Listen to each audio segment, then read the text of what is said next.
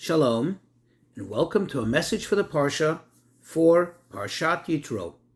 This week's Parsha is certainly the most important and monumental Parsha of the entire Torah.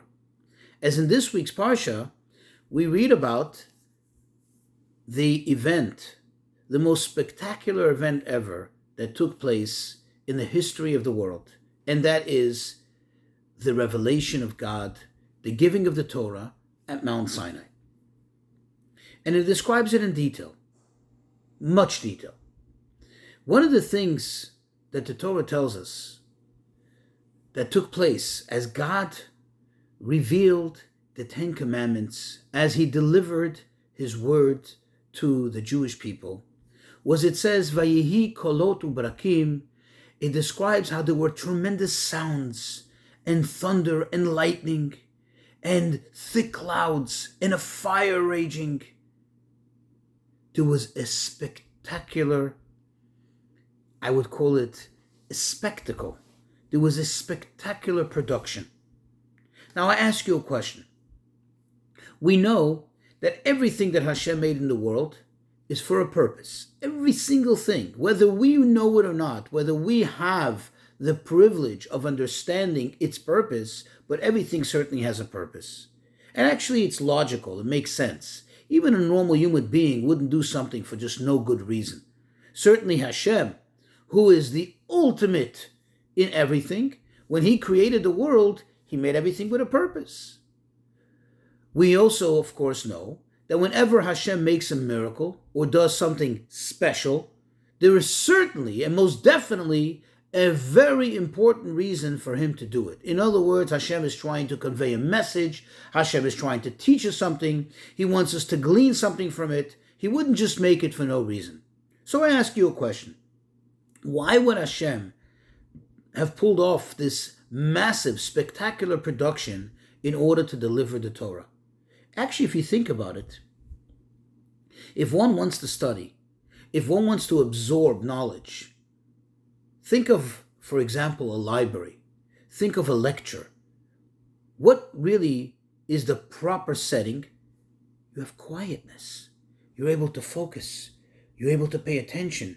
You're able to absorb the intellect. If you have noise and you have so many things going on, lights and thunder and everything, it distracts you, or so it would seem. So why then, when Hashem wanted us to absorb the Torah, to receive his words, to receive the Ten Commandments, which incidentally we know that the 10 Commandments, although they're 10, but in them they include all the 613 commandments, and furthermore, they include all the details that appear in Jewish law. It's just that one has to know how to decipher it, how to decode it. There are actually some great rabbis who would point out where and how the 613 commandments, how they break down amongst, how they get distributed amongst the 10 commandments. So in essence, Hashem was teaching us the whole Torah. So why then would he make this whole production, this whole spectacle that would seem to be something of great distraction?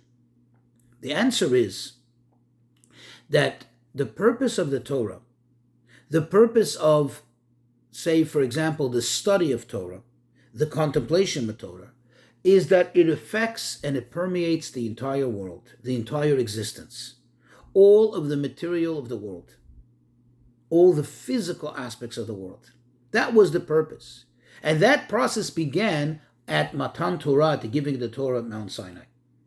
So Hashem did not want to deliver the Torah just in speech or just in thought. Hashem delivered the Torah in every aspect of existence. Sound, sight, feeling, emotions, everything together. That's where and that's how the Torah was delivered. You see, if the Torah would have just been delivered, so to speak, on one frequency, then it would be, so to speak, restricted or somewhat reserved to that frequency or to that mode of expression. Hashem wanted the Torah to come in a way that it's expressed in every single mode of expression, in every single way, in every single aspect of the existence of the physical world of this universe. And this is an important lesson for us. In every mitzvah that we do, In everything that we do, we have to try to combine all aspects of expression, all aspects of function. And in general, that breaks down into machshava, dibur, and maaseh, thought, speech, and action. There are certain mitzvot, there are certain categories of mitzvot that are obviously and overtly actionable mitzvot. You have to do them. Then there are certain mitzvot which seem to be more connected to speech, and then there are mitzvot which are even more restricted, or they seem to be, to thought. For example, the mitzvah of putting on tefillin, if one should sit and contemplate and meditate about the mitzvah of tefillin all day and all night, they wouldn't have fulfilled the mitzvah. They have to actually physically put it on their hand and on their head. Tie it down on the hand and the head. The mitzvah of prayer seems to be more connected to speech because you say the words. Of course, you also have to think what you're saying, but mostly, primarily, you're saying the words. And then, of course, if you're thinking about the greatness of Hashem or your love to Hashem, that's thought, that's feeling. One would make the mistake and think that each particular category mitzvot is restricted and reserved to its way of expression, to its mode, its typical mode of expression. And the lesson here is that one has to see to it to bring it out in all ways. For example, let's take the example of putting on tefillin. It's not enough to just physically put on the tefillin. It also requires, and that's why we make a blessing. We say words. We connect it to something spiritual with words too. And of course, we have to think and have the kavanah, have the proper intent and meditation as to what we are doing and why we're doing it when we're putting on the tefillin. Likewise, and one prays. It's not enough to just look at the words and think the words. One has to say the words. Now, once you're saying the words, there's actually some action involved because your lips are going to be moving. And if you sound off the words, which is really the most appropriate way to pray, at least in a very low tone, you are now also moving your vocal cords. You're involving many other parts of your body. And this is the lesson. And sadly, there are too many Jews that argue and say, I'm a Jew in the heart. I believe. Well, you learn from the lesson here, that's not enough.